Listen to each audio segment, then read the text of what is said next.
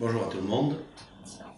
Nous allons avec l'aide de Hachem expliquer la section de Vayetze. Nous sommes dans une section très importante par rapport à la sortie de Yaakov d'Eretz Israël. Vous savez très bien que Eretz Israël, c'est la pupille de Hachem et c'est une très grande mitzvah d'habiter Eretz Israël. Il y a qui disent que cette mitzvah d'habiter Eretz Israël, c'est un accomplissement toranique, un devoir recommandé par la Torah.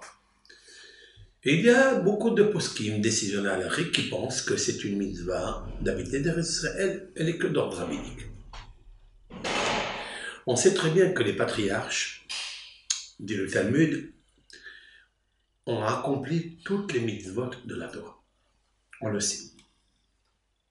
C'est la raison pour laquelle nous allons être confrontés avec Yaakov Avinu par rapport à deux choses. La première, c'est de quitter Eretz Israël. Et la deuxième, c'est de se marier avec deux sœurs, Léa et Rachel. Comme on va le voir dans la paracha, comment est-ce possible que Yaakov puisse, alors qu'il était d'un niveau tellement grand, puisse a priori oublier pour un moment ces deux mitzvot capitales. Se marier avec deux sœurs, c'est une interdiction formelle dans la Torah. Isha el ahota lotika. Et une femme sur sa sœur, c'est-à-dire qu'il est déjà marié avec la sœur, lotika. La Torah dit ne prend pas. Comment ça se fait que Yaakov Avinu a marié deux sœurs?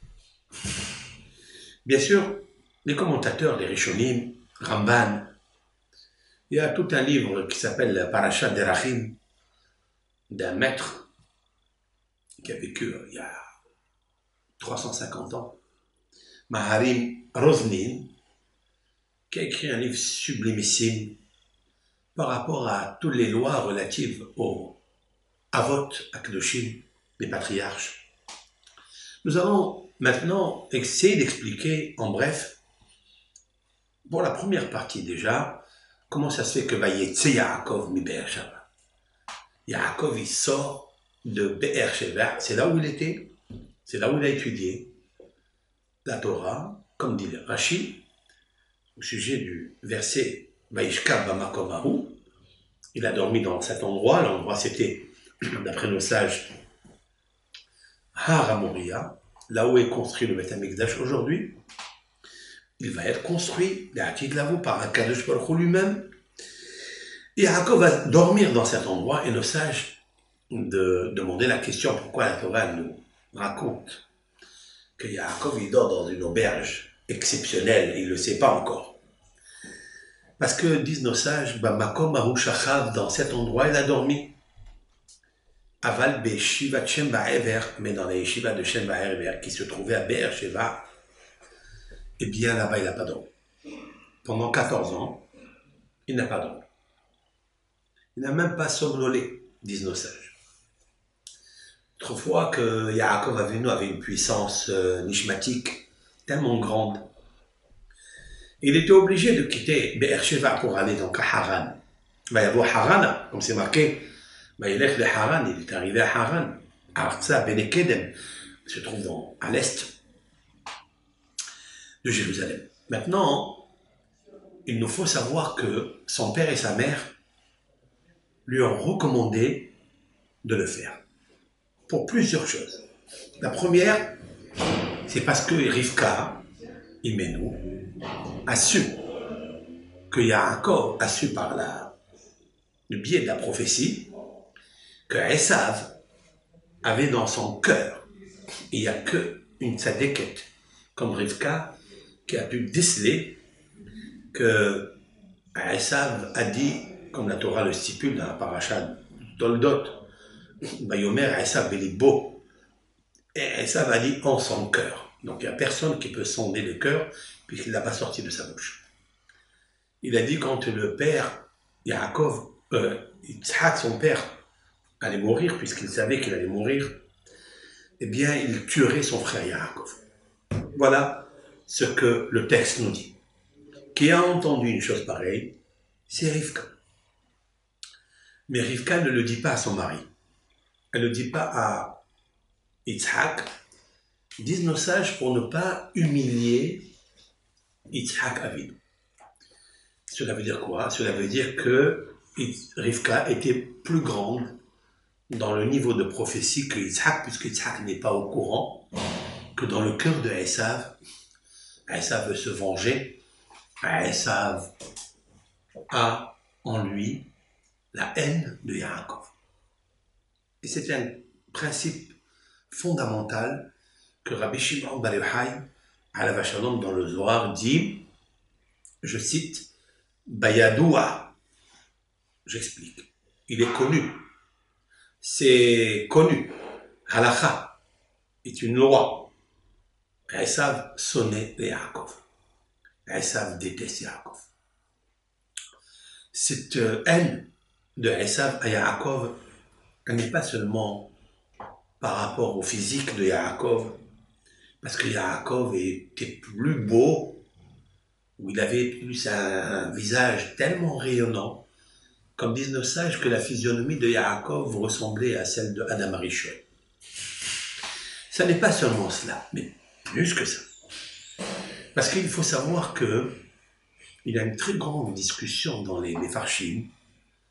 La grossesse de Rivka, qui étaient donc des jumeaux, comme ils vont lui dire après, dans l'académie de Shem Va'ever, quand elle était demandée, après toute cette bousculade qu'elle avait en elle, parce que Vatitron-Tsetsu a banim bekirba, et les enfants se couraient en son sein, à l'intérieur de sa matrice. Vatitron-Tsetsu, nos sages expliquent Ritza et Takan, ça veut dire il y a une course de Yaakov et une course de Rivka, de Esav, une grossesse qui n'a pas existé jusqu'à présent. Il faut savoir que les Mefarshim, les commentateurs, se posent la question, notamment Rabbeinu Behaye et Eben Ezra, discutent sur cette grossesse de ces deux jumeaux. Est-ce qu'ils étaient dans une même poche, dans le même placenta, ou ils étaient dans un placenta différent? Et la grandeur de cette naissance, c'est qu'ils sont nés l'un après l'autre immédiatement. Au point où lorsque Esav est sorti le premier, Yaakov est sorti immédiatement après lui, avec l'image de lui tenir le talon, qui est quelque chose d'extraordinaire. Car nous savons très bien que la naissance de deux jumeaux, qu'elles soient dans une seule poche, ou dans deux poches différentes, elle est toujours en retard. C'est-à-dire que le deuxième, il sort toujours en retard d'un quart d'heure, des fois même d'une heure.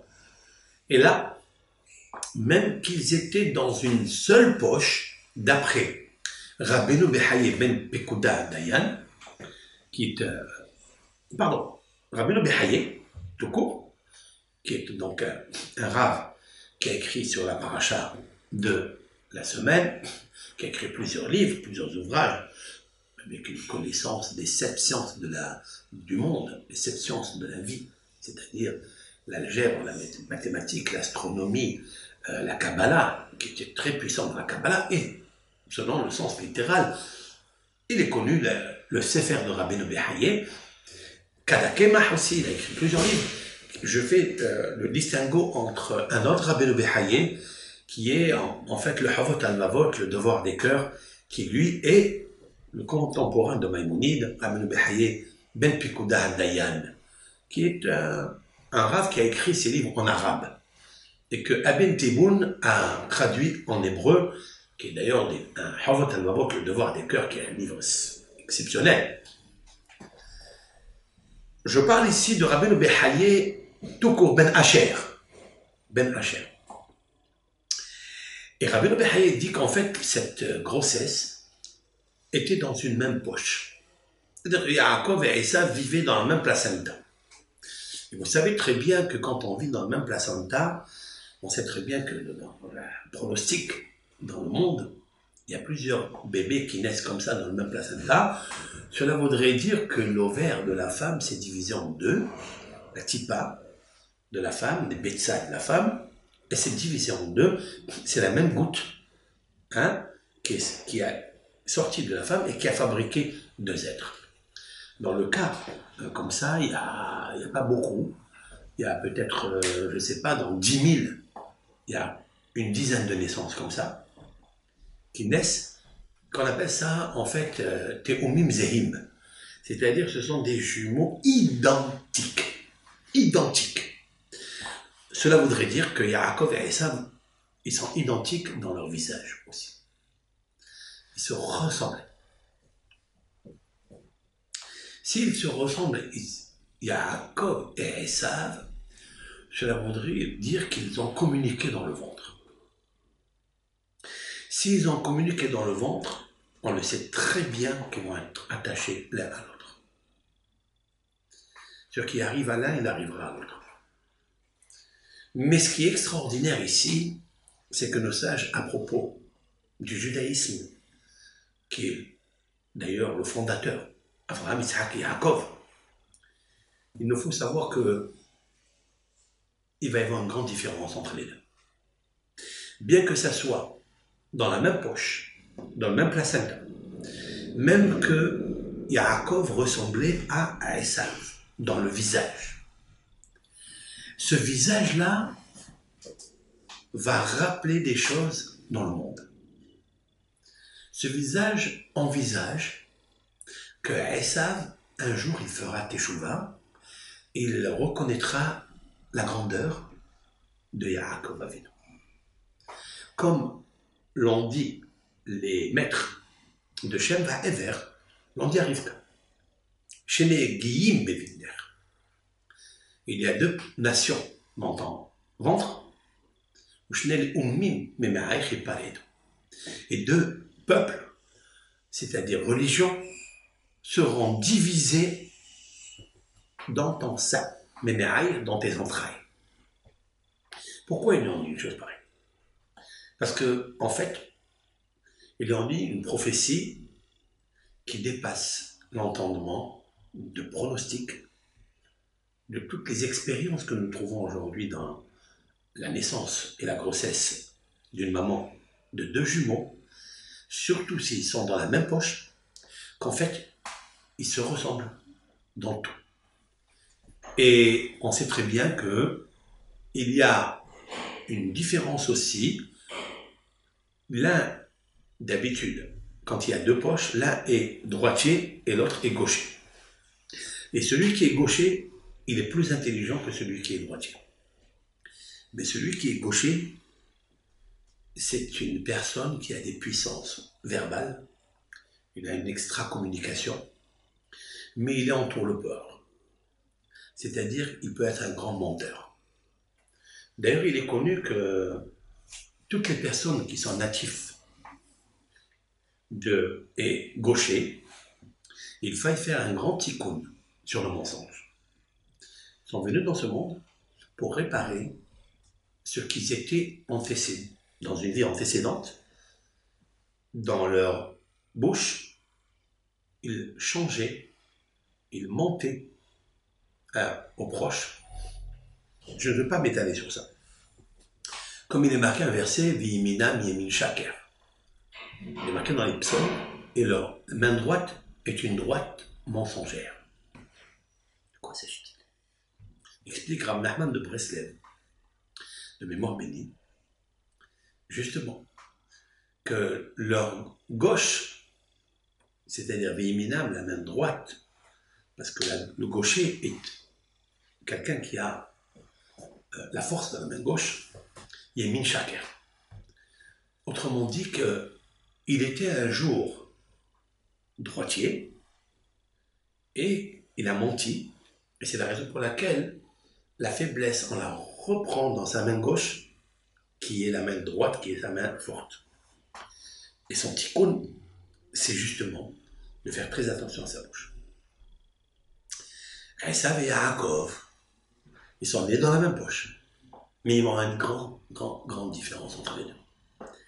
c'est que là, il va adopter, épouser la yashrut, la droiture, à savoir la mida du émet, la vérité, et l'autre va choisir le mensonge. La Torah le dit. Comment ils se sont séparés? Quand ils loin des harim, ils ont grandi. Alors, ils ont eu 13 ans, dit le Midrash. Esav ish yodea tsaïd ish sadeh. Il y a ici dans le verset 2 fois le mot ish, ish. Ish, un homme, yodea tsaïd. Il sait chasser.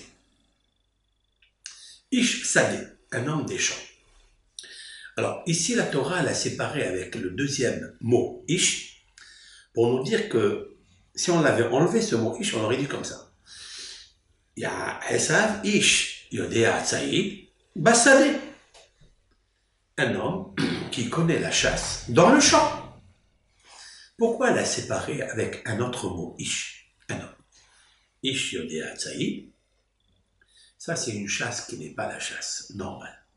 Ça n'est pas chasser des animaux, non. C'est chasser les hommes et les femmes des autres. Disent nos sages, il savait comment entourlouper, comment attirer vers lui la femme qui appartenait, ou la fiancée qui appartenait aux autres hommes. Et ça, la Torah l'a décelé. C'est la raison pour laquelle elle a marqué Ish Sadeh. C'est aussi un homme des champs qui allait à la chasse, comme tous les hommes, comme tous les chrétiens, tous les fondateurs de ces organismes-là de la chasse, ont été tirés par la puissance négative de ça, c'est-à-dire le meurtre, tuer, faire couler du sang. Chasser, c'est quoi? C'est retirer à un animal sa vie, tout court, chauffer d'amine, pour son bien-être, pour ses pulsions, pour être bien dans le confort. Il a passé une très bonne journée, il a passé sa journée dans le champ. Mais quand il rentrait par exemple à la maison, son père qui était aveugle, et cela pendant 57 années, Yitzhak Avinu était aveugle, il lui disait, mon fils, alors qu'est-ce que tu as fait aujourd'hui? Il dit, ben aujourd'hui, votre Hachem, j'ai étudié la Torah, il lui dit, alors qu'est-ce que tu as dit? Il lui dit, mais avant que le père il commence à lui demander des questions, à Esav, il lui dit, papa, comment on fait le maaser du melah, du sel? Tiens. Comment on fait la dîme du tevel? Tevel, ça veut dire, c'est la paille. Il est très intéressant de savoir pourquoi Esav il a choisi le sel et la paille. Pourquoi il n'a pas choisi les carottes? Il n'a pas choisi tous les fruits et légumes qui existent dans le monde. Il n'existe que ça, que le mélah. Vous savez très bien qu'on le mélah, on ne fait pas le maaser. Mais il a voulu chasser son père, il a voulu entourlouper son père par le verbe. C'est-à-dire que même si le mélah, le sel, c'est quelque chose qu'on ne fait pas, parce que c'est une épice, une petite épice, on ne mange pas le sel. Le maaser se pratique sur des aliments qui peuvent être considérés le repas d'une personne. Tandis que le sel est quelque chose qui vient juste épicer, donner un bon goût. Et sur cela, la Torah n'a pas demandé l'impôt de la dîme. Alors qu'est-ce que Yitzhak il va comprendre de Esav? Il va comprendre que mon fils, même sur les épices, il veut faire le maaser. Donc c'est quelqu'un de très très très grand. Tiens, mais il y a peut-être quelque chose de plus subtil à dire. Quoi? C'est qu'en fait le sel, c'est un élément d'intelligence. Le sel, c'est dans le cerveau d'un homme, d'une personne, il y a une intelligence. Et il paraît que quand on a ouvert le cerveau d'Einstein, ils ont trouvé que le cerveau était plus salé, c'est-à-dire qu'il y avait un minéral qui était l'essence même de son intelligence. C'est-à-dire, pas l'esprit de sel, mais l'esprit avec du sel. Et comme le sel est universel, nos sages vont dire quelque chose d'extraordinaire dans le Talmud, dans le traité Shabbat. Dans le traité Shabbat, il est marqué qu'un rav a posé une question et il n'avait pas la réponse. Il a demandé à Rav. Il lui a demandé à Rav et il dit, est-ce que tu as une réponse sur cette question que je pose? Il n'y a personne qui me donne la réponse. Et il lui dit, son maître, il lui dit, écoute, en araméen, lorsque tu me pèseras un cours, c'est-à-dire 1,2 kg de sel, hein, du minéral sel, je te donnerai la réponse. Alors il y a qui pensent l'explication de cela, ça veut dire que le sel coûtait très cher à l'époque. Mais avec l'aide de Hachem, il me semble que l'explication ici, je l'ai retrouvée après dans d'autres Mefarshim, c'est-à-dire qu'il a voulu lui dire, je vais te donner un peu de mon intelligence, je vais t'éclairer avec mon intelligence parce que dans mon cerveau, il y a beaucoup de sel, c'est-à-dire aiguisé. L'esprit est aiguisé et il est aussi un bon conservateur de la sagesse. Pourquoi on n'a pas de réponse à nos questions? Deux choses l'une, ou bien l'intelligence n'existe pas, tu n'es pas attaché à l'intelligence, ou bien tu étais attaché à l'intelligence, elle était en toi, tu l'as reçue un jour, mais hop, elle s'est évaporée. Il faut savoir que le sel, il y a deux sortes de sel. Il y a le sel des montagnes et il y a le sel des marais. Le sel des montagnes, il est plus dur, comme la montagne, comme une pierre. Le sel des marais, il est comme l'eau. L'eau s'évapore. Des fois, le sel qui représente la conservation de la sagesse dans le cerveau, il peut un jour s'évaporer. Et on peut être atteint de l'oubli. C'est la raison pour laquelle on peut poser des questions sans avoir des réponses. Alors que la réponse, elle est enfouie en toi. Elle est à l'intérieur de toi. Tu as étudié toute la Torah dans le ventre de ta mère. Mais tu l'as oubliée. Tu l'as oubliée, elle s'est évaporée. Alors, il y a qui étudient et qui évaporent leur sagesse. Mais il y a qui étudient et qui la conservent. Comment elle se conserve? Le mélah, avec le sel. Alors, il me semble que le Rav lui dit, écoute, tu as dû me poser la question, c'est vrai, mais tu connais la réponse, mais tu l'as oubliée. Alors, quand tu me pèseras un cours, 1,2 kg, c'est une mesure, hein? C'est une mesure, 1,2 kg de sel, je te donnerai la réponse. Autrement dit, qu'il a voulu dire que j'ai l'esprit de sel, pas l'esprit de sel qui brûle, qui fait oublier, non, mais le sel avec de l'esprit, qui conserve ce qu'il y a dans l'esprit. Et c'est la raison pour laquelle il lui a donné la réponse. Si je prends cette magnifique interprétation qui est écrite ici dans le Talmud, je voudrais la correspondre à ce que Esav et à ce que Yitzhak a compris de Esav, en fait. C'est que Esav lui dit, comment on fait la dîme du mélah? Ça veut dire que j'ai beaucoup ici dans mon cerveau. Ça veut dire que j'ai bien étudié. J'ai tellement étudié que tout ce que j'étudie, je le conserve. Je ne l'oublie pas. Vous avez des gens qui étudient, qui oublient. D'où vient l'oubli? Le mot shikha, qui veut dire l'oubli, est l'anagramme du mot hashecha, qui veut dire l'obscurité. Ça veut dire que ce que tu as étudié, c'est la sagesse, la lumière, c'est la sagesse. Cette lumière, des fois, elle est atteinte de l'obscurité. Ça veut dire que tu l'oublies. Shikha, shin, chet, chaf, het, he, est l'anagramme du mot ha-shecha. Het, shin, chaf, he. Ce sont les mêmes lettres. Et les mêmes lettres correspondent à l'antithèse l'une de l'autre, c'est-à-dire le parallélisme. Même que ce sont deux mots qui sont jumeaux, parce qu'ils s'écrivent la même chose, mais ils ne disent pas la même chose. Autrement dit, ce sont deux jumelles, deux mots qui sont jumeaux, mais le jumeau est contraire de l'autre. L'un est la main gauche et l'autre est la main droite. La main droite, c'est-à-dire la shikha, et la hashikha, qui est l'oubli, qui est l'obscurité, eh bien, c'est en fait l'antithèse de la sagesse. Esav, il vient dire à son père, j'ai étudié la Torah, mais je ne peux pas rester, je suis au Beth Midrash. Comment on va donner la dîme du mélah, c'est-à-dire de la sagesse qui est à l'intérieur de moi? Comment je vais honorer cette sagesse-là? En donnant la dîme, au moins, je vais aller dehors. Je vais quitter le Beth Midrash pour aller enseigner aux autres, diffuser une petite partie qui est la dîme, 1/10 de ma sagesse, de mon mélah.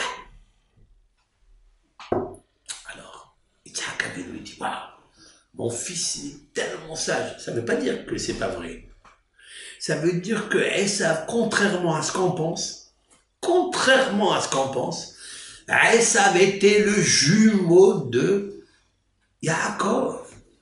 Sauf que Yaakov, il est arrivé à apprendre cette sagesse qu'il a à l'intérieur de lui et de la garder dans le Beth Midrash.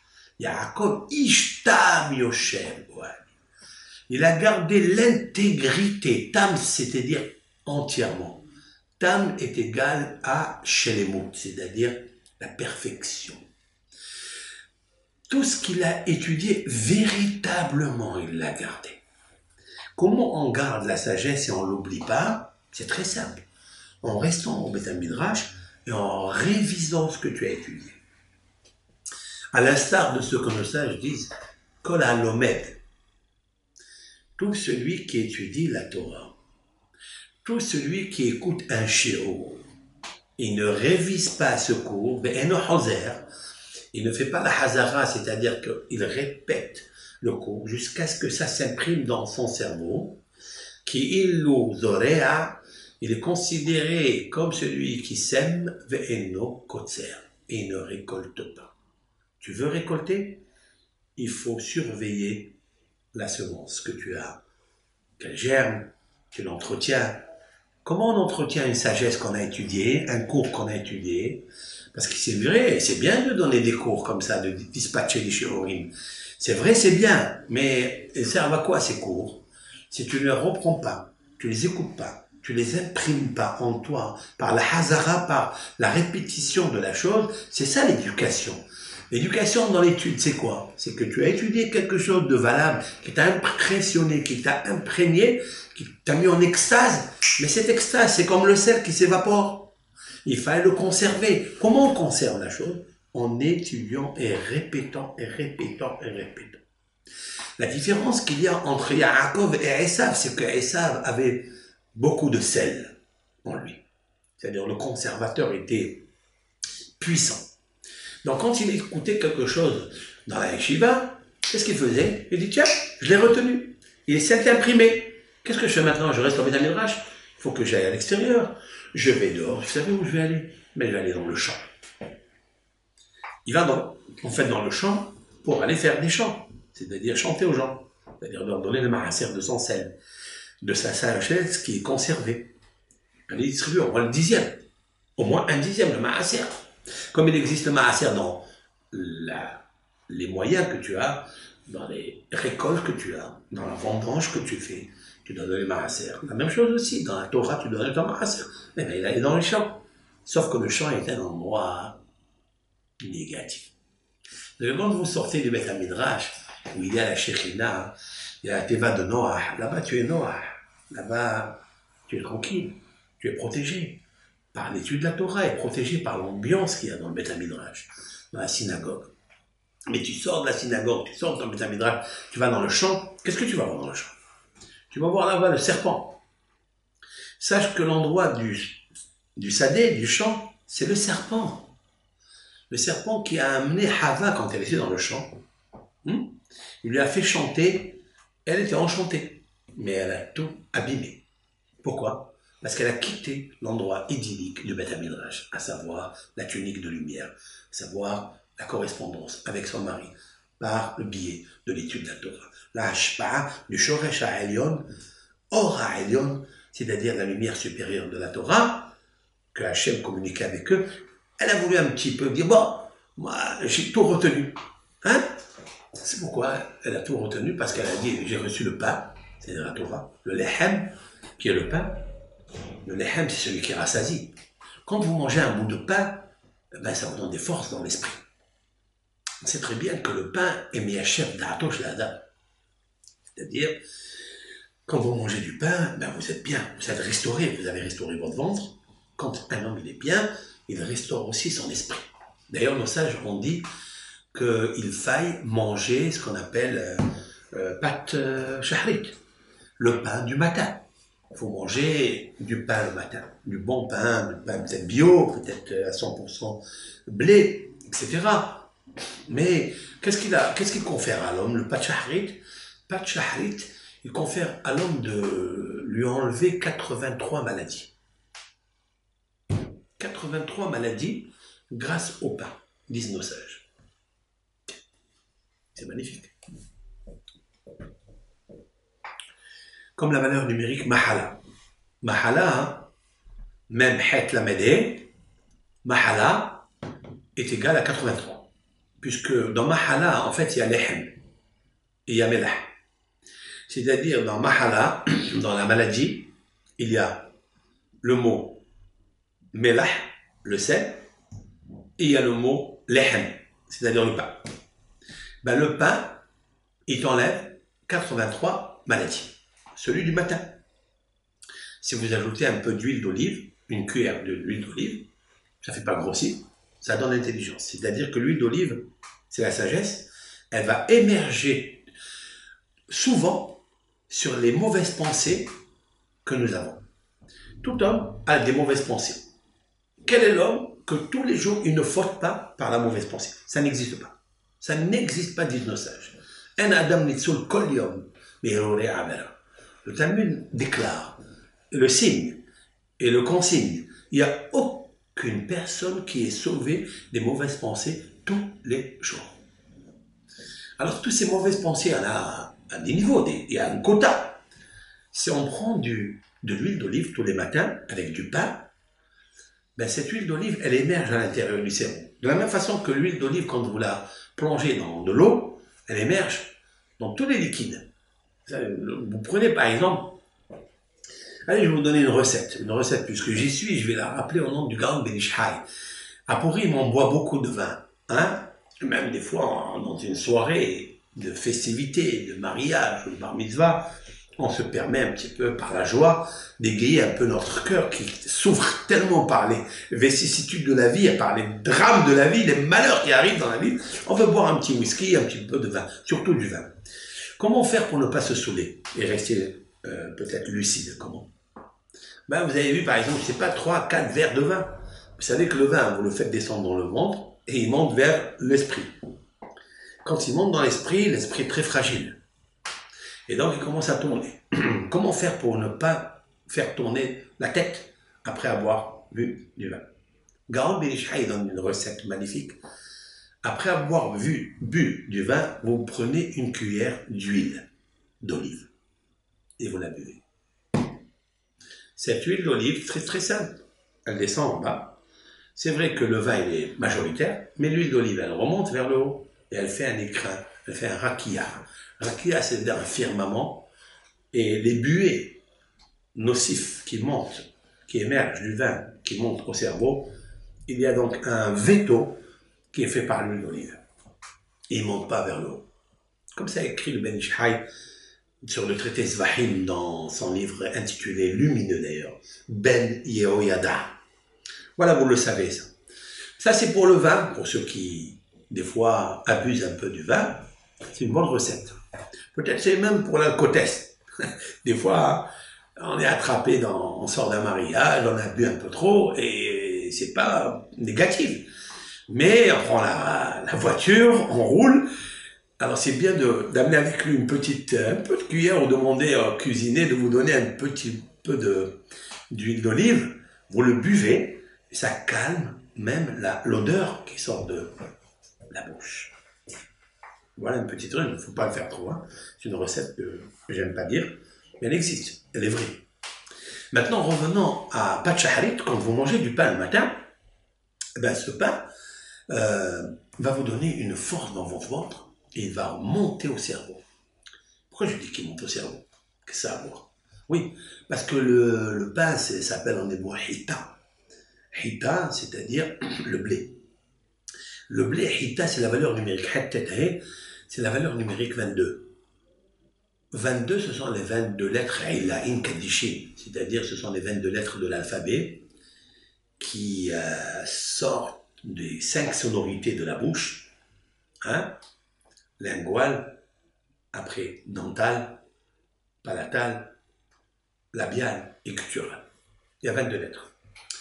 Un enfant, quand il est petit, enfin un petit bébé, ne se met à parler, dit le Talmud, que lorsqu'il va manger du céréal de blé.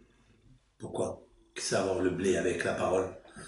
Bien, c'est très simple parce qu'il y a une grande ségoula.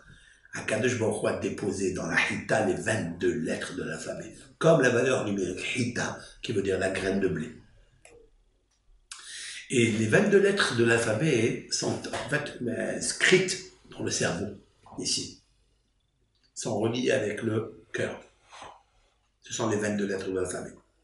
Donc je le tiens à ça, qu'ils ont une relation spirituelle, hein, bien sûr, un conduit entre le cerveau et le cœur, les 22 lettres, dont on le sait, ben parce que c'est marqué Veyadata Ayom, tu connaîtras aujourd'hui, tu as étudié aujourd'hui, tu connaîtras aujourd'hui, sache aujourd'hui, Yadata Ayom, ki Hashem wa Elokim, Bashamayim Ma'alas, Mitahad Enod, Akadosh Baruch Hu, il est puissant dans le ciel, il est aussi puissant sur la terre, Enod, il n'y a pas, Vahashevota El Levavecha. Mais ça ne suffit pas de connaître. Il faille le transmettre El Levavecha. Levavecha. C'est pas marqué Libecha. El Levavecha. Comment ça s'écrit Levavecha? Lamed, Bet, Bet, Chaf.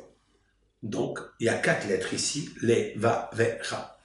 Il y a Lamed, Bet, c'est le lève, le cœur. Becha. Bet, c'est 2. Cha, c'est Chaf. Chaf, c'est 22 lettres dans ton cœur ici. Et là, il y a les 22 lettres qui communiquent ensemble. Fait que le 22, c'est 2 et 2. Hein? C'est pas fortuit. 2 et 2, 22. Même en français, c'est très important parce que 2 et 2, en fait, ce sont des lettres jumelles. 2 et 2. Et donc, c'est ça le 22. Lorsque tu étudies une chose bien, tu ne veux pas qu'elle s'oublie, il va Vahashevota El Levavecha. Il va falloir la retransmettre dans ton cœur. Répéter la chose, répéter la chose, répéter la chose. Et c'est ça en fait Yaakov Avinu. Yaakov Avinu n'était pas comme Esav qui était très puissant dans son cerveau. Beaucoup de sel. Quand je parle du sel, je ne parle pas du sel physique. Je parle ici du sel universel, c'est-à-dire la sagesse. Cette sagesse-là, elle est pétrie avec la bina. Et lorsqu'une personne a le jumelage entre la sagesse et la bina, ce sont 2 lettres du nom de Dieu, Yud-Ke, et qu'ils ont une forme structurelle et dimensionnelle, exceptionnelle pour la personne qui les a acquises, eh bien c'est une personne qui peut décrocher ce qu'on appelle les intelligences tranquilles du ciel. C'est-à-dire des orot, des mohin. Ce sont des intelligences d'une puissance énergétique telle qu'il peut être un grand homme.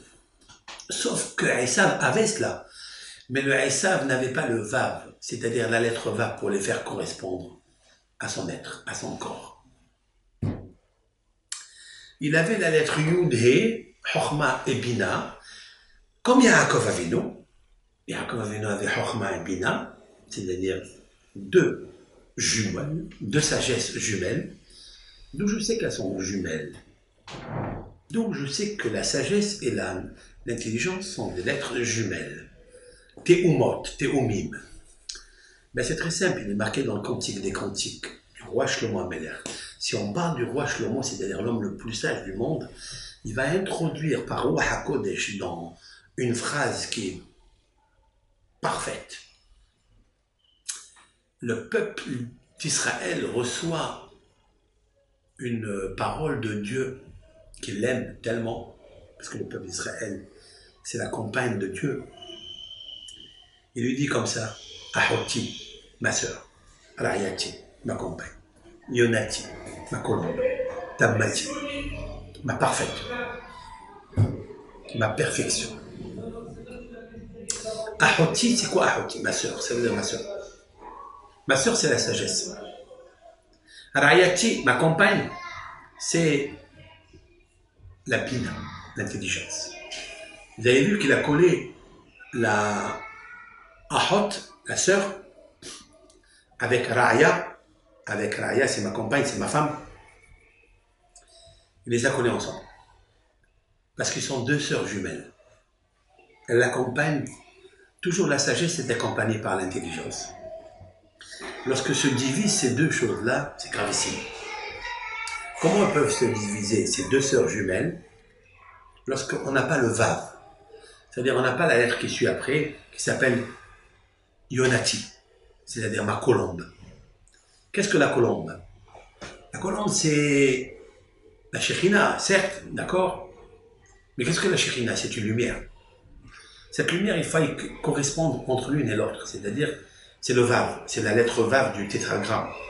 Le vav, c'est la relation. Le vav, j'ai beaucoup parlé dans mes cours de la lettre vav. Le vav, c'est celui qui relie la tête avec le corps par le biais du cou. Le vav, c'est quoi? Comment elle est formée, le vav? Elle est formée comme ça. C'est une tête qui est avec une canne, avec un tuyau, avec un conduit, avec un branchement, avec une charge. Hein? C'est celui qui charge. On peut avoir toute l'intelligence dans la tête, toute la sagesse dans la tête, mais elle n'arrive pas au cœur. Enfin, il a amené de là à là. Comment on les amène ici à là?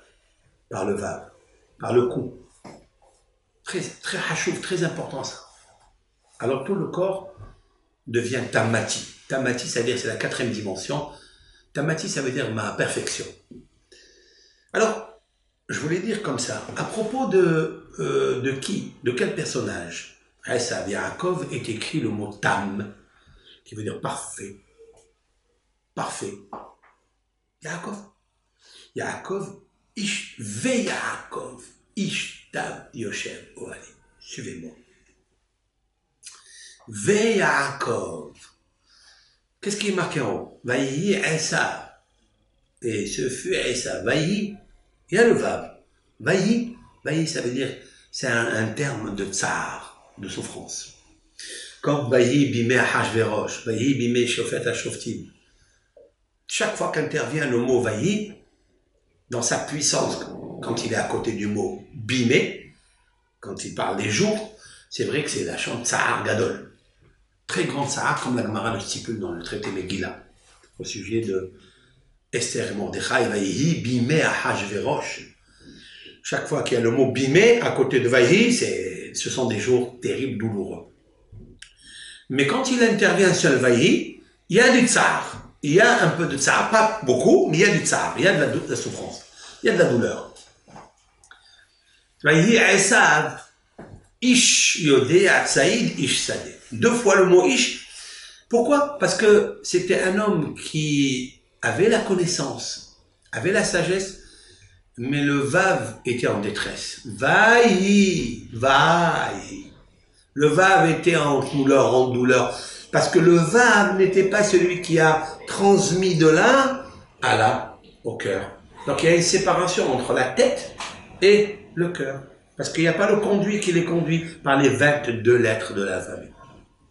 À savoir que Esav, il arrivait à accumuler, à remplir en lui, ici, dans sa tête, beaucoup de sagesse, qui était beaucoup conservé, parce qu'il avait beaucoup de sel, comme je viens de le dire. Il demande à son père, papa, j'ai beaucoup de sagesse et beaucoup de sel, mais comment je vais transmettre ça? Comment je vais faire le prélèvement de cette sagesse? Je n'arrive pas à transmettre à mon cœur et donc aux autres. Je n'arrive pas à devenir pratique. Ça, c'est parce que tu vas dans le champ. Parce que Ish Sadeh. Qu'est-ce que c'est Ish Sadeh? C'est là où se trouve le serpent. Comment on va traduire en araméen Ish Sadeh, un homme des champs? Regardez le Targum Onkelos. Dans la traduction araméenne du Targum Onkelos, il est marqué Ish Nahash Yarchan. Nahash Yarchan. Nahash, c'est le serpent. Yarchan, c'est la jambe. Qu'est-ce que ça veut dire? Qu'est-ce que ça a à voir? Ish Sadeh, un homme des champs, paysan ou bien chasseur. Qu'est-ce que ça a à voir avec le Nahash, avec le serpent? Et en plus, Yarchan, c'est-à-dire il est dans la prolongation du corps. Il n'est pas marqué qu'il est dans le cerveau, mais il est dans la prolongation du corps. On parle ici des pieds, le support. Yerer, c'est la progéniture. Yerer, pourquoi on appelle ça la progéniture? Parce que la progéniture, yerer, elle se pratique par le biais de l'organe génital procréateur qui s'appelle yerer. Parce que le bris se trouve entre les deux yerechim, c'est-à-dire entre les deux jambes. Alors, Nahashar, il a voulu dire que le Nahash est posé sur son bris de Kodesh. Et comme il est posé sur son bris de Kodesh, il va chasser la femme des autres par la bouche. Ish Yodéat Saïd. C'est-à-dire que quand on est monteur, eh bien on peut faire beaucoup de bêtises. On peut être un homme dans le Beth Midrash, on peut être un homme avec son père, Yitzhak, comme Aïssa, mais on peut être aussi un homme des champs. Quelle différence qu'il y a entre les deux, c'est quand tu penses que tu es un grand homme. Alors tu arrives à comment dire, sortir de ta bouche des choses qui te dépassent. Parce que tu ne sais pas les focaliser, tu ne sais pas les catalyser. C'est la raison pour laquelle beaucoup de philosophes, ils te disent que quand je suis en train de faire ma bêtise, je ne suis pas le philosophe. Ils ont attrapé un savant à Athènes, il y a 2000 ans, qui était en train de faire une bêtise avec, Toreva, exécrable et abominable. Il faisait une bêtise avec elle. Il lui a dit, mais qu'est-ce que tu fais? Il dit, quand je suis ici, je ne suis pas le philosophe. C'est-à-dire, quand mes pulsions de mon cœur, il me demande de faire des choses, je ne peux pas commander avec ma tête. Il n'y a pas la notion de Veyadata Ayom, Vahashivota, elle va faire. Quelle est la problématique de tout être? Et surtout, je parle de Israël, je ne parle pas de quelqu'un d'autre. Quel est le problème? C'est qu'on n'arrive pas à transmettre la connaissance que nous avons, même qu'elle est ici. Dans la tête, on n'arrive pas à la transmettre dans le cœur pour dompter les pulsions de la colère, de l'envie, des désirs, du plaisir charnel. On n'arrive pas. Pourquoi? Parce que le tigre, quand il se réveille, c'est pas la petite canne, le petit support d'intelligence que nous avons qui va le dompter. C'est pas possible. Non, c'est ce que je vais faire. Ça, c'est ça. En fait, il a perdu le vav, la lettre vav, il a perdu. C'est-à-dire le hibour, c'est-à-dire le branchement qu'il y a entre ici, ta connaissance de Torah, ta connaissance de Yom Kippour, ta connaissance de la Teshuvah qu'on a fait à Slihot, etc. Où on a tapé ici, sous le cœur, ici, à poitrine. Pourquoi on a tapé? Parce qu'il dit, oh, remue-toi. Pourquoi tu n'arrives pas à saisir? Pourquoi tu n'arrives pas à transmettre ici? Qu'est-ce qu'on fait? On prend le hé, le 5 avec le vav, et on frappe ici. Parce que la forme du bras, c'est comme un vav. Vous avez vu? Comme un vav. Ça, c'est le hesed, c'est la droite. La droite, c'est la droiture. C'est le Sechel Yachar, l'esprit saint, qui brille. Avec les 5 boulons, c'est le vav et le hé. On frappe sur le cœur. C'est quoi le cœur? C'est le yud. Le yud, c'est un muscle qui est comme ça. Comme le cœur, qui est comme ça. On frappe. C'est-à-dire la sagesse. Pourquoi tu te réveilles pas? Pourquoi tu es effacée, muette? Toi, la sagesse, tu es muette. Quand il arrive le dragon. Lorsqu'il arrive le dragon de la Ta'ava, tu es tellement excité que tout ce qui est ici, le sel, s'évapore. Pourquoi? Parce que le vav n'a pas transmis. Tu n'as pas fait la hazara. Tu n'as pas fait la répétition de la chose. Prends une chose. Une qui t'a fait plaisir, qui t'a ému, qui t'a imprégné. Et imprime-la en toi. Ne fais pas comme Issa. Qu'est-ce qu'il fait? Il étudie, il entend à la synagogue, il entend des shiurim aujourd'hui. Qu'est-ce qu'il fait après? Il va dans le champ des Élysées. Il va aller voir Élysée. Je ne sais pas qui, mais en tous les cas, c'est quelqu'un qui l'attire. Ce sont des choses fictives, factices qui l'attirent. Ça, il perd le vav avec ça. Tandis que Veyakor, Ishtam Yoshevon. Yaakov. Le Vav, il est avec Yaakov. Il n'est pas vaï, il n'est pas en douleur, en détresse, parce qu'il l'a perdu. Non, il est à Yaakov. Yaakov. Comment on fait que le Vav il reste avec Yaakov? Ishtam Yoshev. On prend Ahoti, Rayati, Yonati, Tamati, et on les colle ensemble. Ahoti, c'est la sagesse, c'est le Yud. Rayati, c'est la Bina, c'est l'intelligence, c'est le He. Yonati, c'est-à-dire ma colombe. Qu'est-ce qu'elle fait la colombe? Elle vole. Elle ne reste pas stagnante. Elle est blanche. C'est-à-dire, elle rapporte les intelligences, les informations, toutes les richesses accumulées par la sagesse, par l'étude, et elle s'envole pour les amener au cœur. C'est quoi le cœur? Tamati. Le cœur, c'est la malchoute, c'est-à-dire la royauté. Donc, elle les amène ici. Hop là. Voilà, elle a formé le Yudke Vavke. Esav a perdu ça, malheureusement. Mais la tête de Esav est très importante. Il a beaucoup d'intelligence. Son père a beaucoup pleuré pour la tête de Esav. Alors maintenant, le visage de Esav est tellement beau, comme celui de Yaakov. Puisqu'ils sont, d'après Rabbeinu Behaye, ils sont des frères jumeaux. Donc ils se ressemblent identiquement. Je vais vous dire un midrash très important. Ce midrash existe dans la Gemara, dans le traité Sota, mais il existe aussi dans le midrash Rabbah. Mais différemment, les personnages qui ont pratiqué le geste que je vais vous dire sont différents.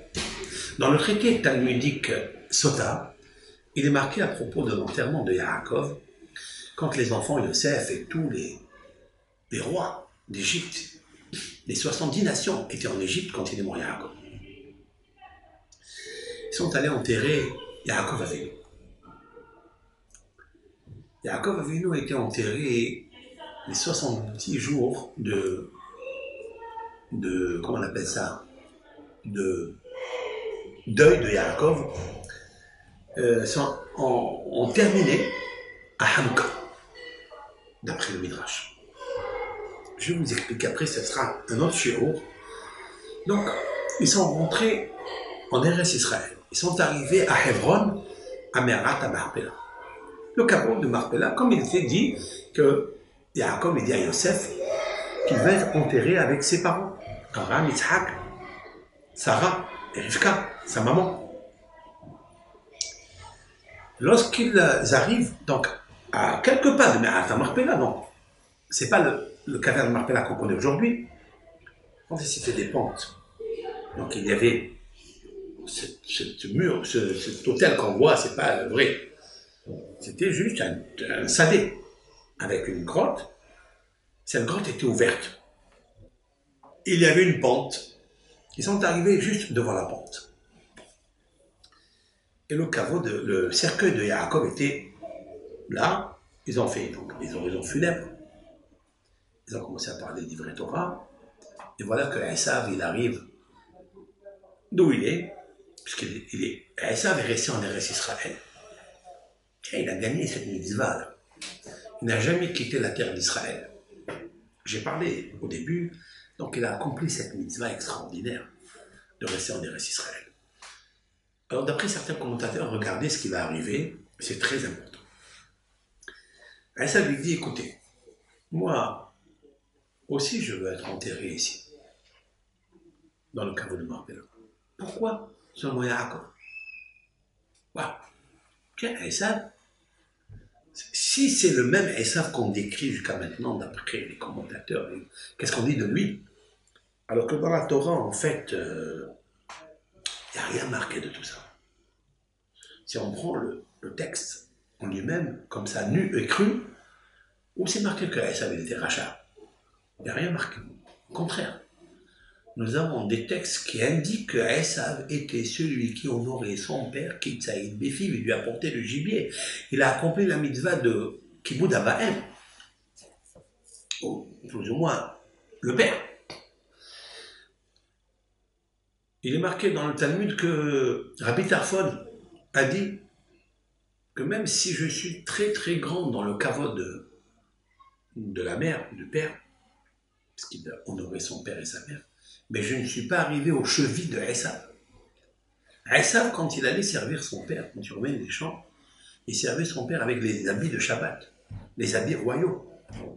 Ces habits qu'il portait, c'est les habits de Adam Arishon, qu'il a subtilisé à Nimrod par le conseil de Yaakov Avinu. Parce que Esav, il lui dit à Yaakov, je ne sais pas comment faire pour lui enlever ses habits, parce que je sais que ces habits-là, qu'il porte Nimrod, parce qu'il était un grand chasseur, Gibour Tsaïd, Ifni Hachem, c'était un rebelle.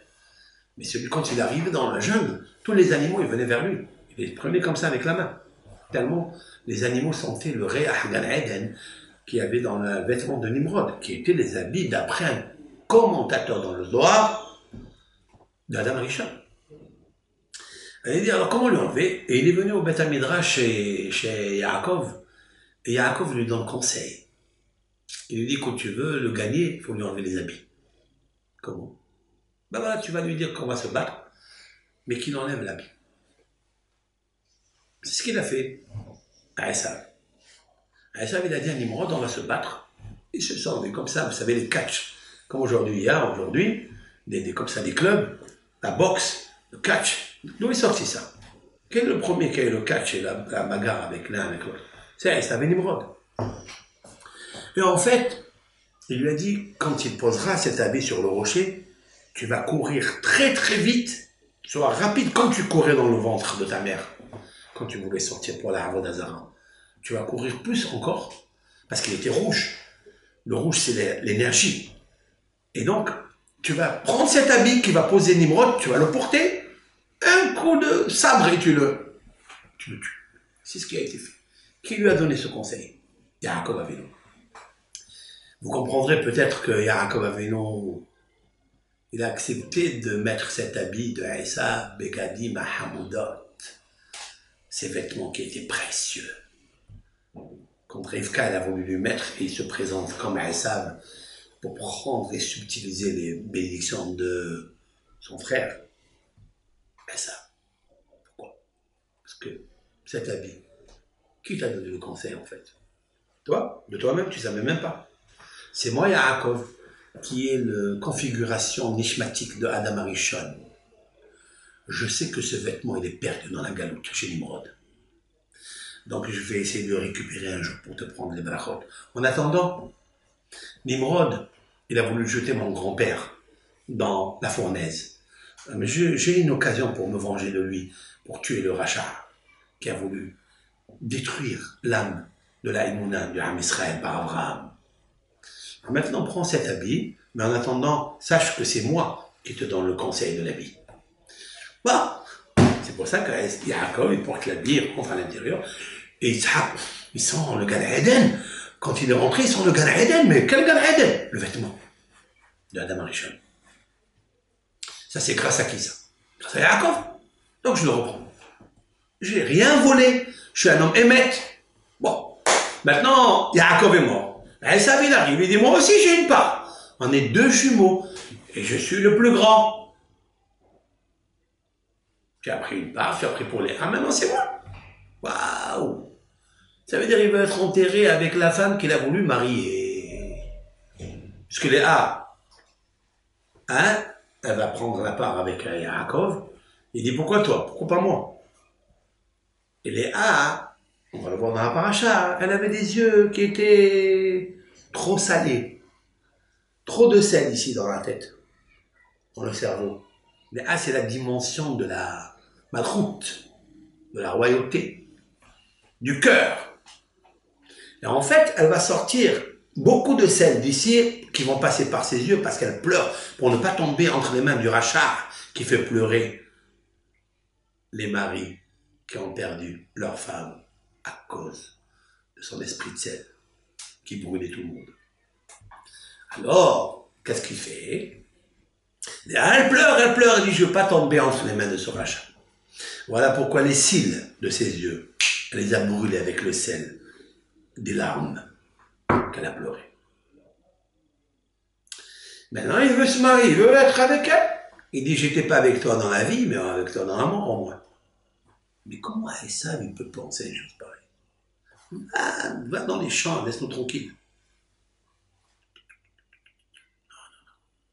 Le cœur, il n'a pas, mais la tête, il a. Les intelligences tranquilles, il a. Il a des grandes sagesses en lui. Et ça, il ne va pas le perdre. Alors, d'après le Talmud, Hushim ben Dan, Hushim, le fils de Dan, s'appelait comme ça, parce qu'il était sourd. Hushim, ça veut dire sourd. Il a dit, mais qu'est-ce que vous attendez d'enterrer Papi? Papi, il l'a posé par terre, on s'y est habitué, comme explique Rabbi Haim Shimolovitch dans son livre Sihot Moussar, il explique cette Gemara très bien. Il dit, le père, il est posé par terre, et tout le monde est en train d'attendre.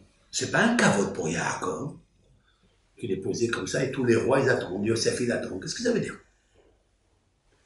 Il a dit, mais qu'est-ce qu'il y a? Ils lui ont dit, c'est celui-là qui empêche. Lui, il voit pas qui, quoi, il prend un sabre, il lui tranche la tête, dit le Talmud. Il lui tranche la tête. Sa tête de Esav, d'après le Talmud, elle coule sur la montagne qu'il y avait, et elle tombe exactement Behek Yitzhak, dans la poitrine de Yitzhak Avinu.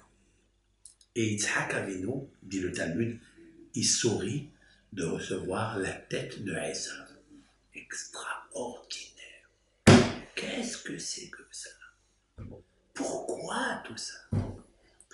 Wow, on dirait un fait de, je sais pas de quel Walt Disney, je sais pas quel film ça. C'est des science-fiction tout ça. Mais la Gemara ne ment jamais.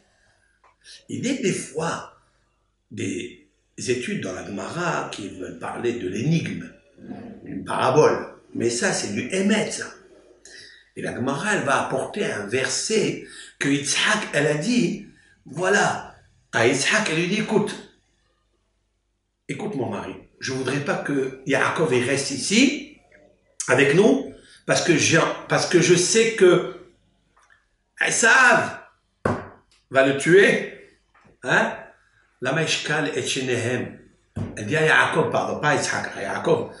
Lama eshkal et shenehem biyom echad. Pourquoi je vais faire une fausse couche, si l'on peut dire ainsi, perdre, hein, les deux bébés qui étaient dans le ventre, c'est-à-dire Yaakov et Esav, le même jour. De quoi elle parlait ici? Elle a peur de deux choses. Elle a peur qu'ils vont faire la guerre entre eux, et l'un va tuer l'autre. Donc elle va les perdre les deux. Mais en fait, elle a prophétisé quelque chose d'extraordinaire, que le jour de l'enterrement de Yaakov, la tête de Esav va être coupée pour qu'ils soient enterrés les deux le même jour, dit le Talmud. Mais que la tête de Esav, elle tombe sur le hek, la poitrine de Yitzhak, ça m'intéresse. Pourquoi? Et pourquoi la tête de Esav est enterrée à Me'at HaMarpela? C'est extraordinaire. Ça veut dire quand je vais maintenant à Hebron, hein, toutes les lectrices et lecteurs, et les auditeurs qui nous écoutent, qui nous voient, en fait quoi? Ça veut dire quand on va là-bas, on s'imagine jamais qu'il y a Yitzhak ici, avec la tête de Esav avec lui. Et en plus, il sourit. C'est quoi ça? Le Zohar HaKadosh donnera une très belle explication que je vous dis maintenant. Mais avant de dire le Zohar HaKadosh, je citerai ce que dit le Midrash. C'est que Esav a fait beaucoup d'honneur à son père. Mais alors, il a fait l'honneur à son père qui n'a jamais quitté Eretz Israël. Yitzhak, Ronatimima, n'a jamais quitté Eretz Israël. Qui est resté avec lui? Esav. Esav, on peut dire de lui ce qu'on veut, qu'il était rachat, qu'il dit ce que tu veux. Mais l'honneur de son père et l'honneur de la terre d'Eretz Israël, il l'a eu. Parce qu'il a eu cet honneur de son père Yitzhak, qui est collé à la terre d'Eretz Israël, pour laquelle Dieu dit à Abraham, je donnerai à ta descendance la terre d'Eretz Israël. C'est qui sa descendance? C'est Yitzhak. Ben Yitzhak, il a donné à Esav. Et Esav, il va aimer, pas seulement qu'il est pas rachat, mais il va l'aimer. Vayehav Yitzhak et Esav. Il va l'aimer. Parce qu'il est dans la même dimension d'âme. il va l'aimer tellement que Esav, il va le servir tellement avec le kavod, avec des vêtements, hamdot, c'est du Gan Eden. Ben, la tête de Esav, elle est avec lui aujourd'hui. Et c'est pour ça qu'il sourit. Ça, c'est la réponse que le Midrash donne. Mais le Zohar Kadosh, il dit quelque chose d'extraordinaire. Le cerveau de Esav était plein de sel. Ça veut dire qu'il avait une intelligence tellement grande. Cette intelligence qu'il a ici, grâce à ses intelligences, quand il va parler, il va créer énormément de choses. Des âmes comme l'âme de Rabbi Akiva. Parce que l'âme de Rabbi Akiva se trouve enchaînée, emprisonnée dans la tête de Esav. Et c'est la raison pour laquelle Yitzhak, il va l'aimer énormément à Esav. Et pour ces intelligences-là, il va sortir une autre personne qui s'appelle Antoninus. Antoninus, c'est celui qui est le camarade de Rabbeinu Akadosh, le codificateur de notre Torah orale. Quelle coïncidence. Rabbeinu Akadosh, c'est lui qui a écrit la Mishnah, qui a rédigé la Mishnah. Qui est son maître? Rabbi Akiva. Est-ce fait exprès que Rabbi Akiva et Rabbeinu Akadosh sont deux âmes, sont reliés ensemble? L'un il vient d'un grand-père pas juif, d'un père plutôt, pas juif, puisque Yosef est marié avec Sarah. Yosef, son père, marié avec une pas juive, elle s'est nommée Sarah, elle a donné Rabbi Akiva. Yosef. Pourquoi Yosef? Ben parce que Yosef, c'est celui qui va enterrer son père maintenant. Celui qui sort d'Égypte, il accompagné de 70 âmes de toutes les nations, qui va accompagner son père. Et Yosef, il dit, qu'est-ce qui se passe? Et Hoshin Ben Dan lui tranche la tête à Esav. Dans Esav, il y a quelque chose, il y a dedans Rabbeinu Akadosh, c'est-à-dire celui qui va être ami avec Antoninus, qui est dans la tête de Esav, et celui qui est ami aussi avec, qui va devenir aussi Rabbi Akiva. Mais Rabbi Akiva, ça va être le maître de Rabbeinu Akadosh. C'est un cercle fermé. Comme dit le Talmud, quand il est mort, Rabbi Akiva est né Rabbeinu Akadosh, Rabbi. Et dans le ventre de Rivka, on va lui dire qu'il y a ici deux peuples. Comment on dit Geim, deux princes? Pas Geim, c'est-à-dire de l'orgueil. Ce sont deux rois qui, Rashi, sur place, il dit Elo Rabbi ve Antoninus. Rabbi, il vient de Yaakov Avinu, et Antoninus, il vient de Esav. Ma foi. Mais d'où il vient tout ça? Comment on peut donner chance un patrimoine comme ça d'un converti qui a éclairé le monde? Rabbi Akiva et Antonin qui a fait Teshuvah et qui est devenu camarade de Rabbeinu Akadosh.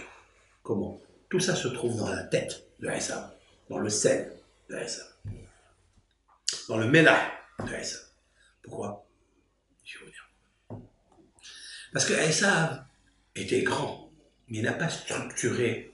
Il aurait pu les perdre, toutes ces intelligences-là. Il aurait pu les perdre. Vous savez qui l'a aidé à ne pas les perdre? C'est Yaakov. Comment? Yaakov, il veut acheter le droit d'aînesse. Il veut devenir le Bechor parce que pour servir le Beth Amikdash, qui est le Vav, je vous explique après, eh ben, il va avoir un bon Kohen Gadol. Esav, il arrive des champs, il est fatigué. Ok? Mais il lui ressemble à Yaakov. Les gens, qu'est-ce qu'ils vont dire? Ils vont dire, qu'est-ce qui est en train de servir dans le Beth Amikdash? C'est qui? C'est Esav. Ils vont penser que c'est Yaakov. Mais ils vont le voir servir dans le Beth Amikdash, mais aller après à la chasse. Ils vont dire, mais ça va pas, non? Il ou lâche. Puisqu'ils se ressemblent. D'après Rabbeinu Behaye, puisqu'ils ont vécu dans la même poche, dans la même placenta. Ah, qu'est-ce qu'il a fait? Yaakov. Il dit, il faut que je lui prenne le droit d'aînesse. Lorsque Esav lui dit, donne-moi de ce rouge, c'est-à-dire je vais ouvrir ma bouche entière, tu vas me gaver. Alors il lui dit, Yaakov, comme ça. Il dit, tu veux du rouge, c'est-à-dire des lentilles. tu me vends le droit d'aînesse. Sur ça, il y a des choses extraordinaires à développer. Et lui dit d'accord. Qu'est-ce qu'il lui donne Yaakov à Esav? Lehem, du pain, on zid alash.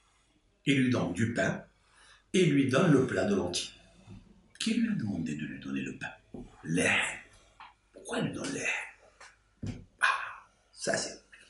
Alors beaucoup de commentateurs expliquent qu'on aurait pu dire que Esav est dans un cas de force majeure.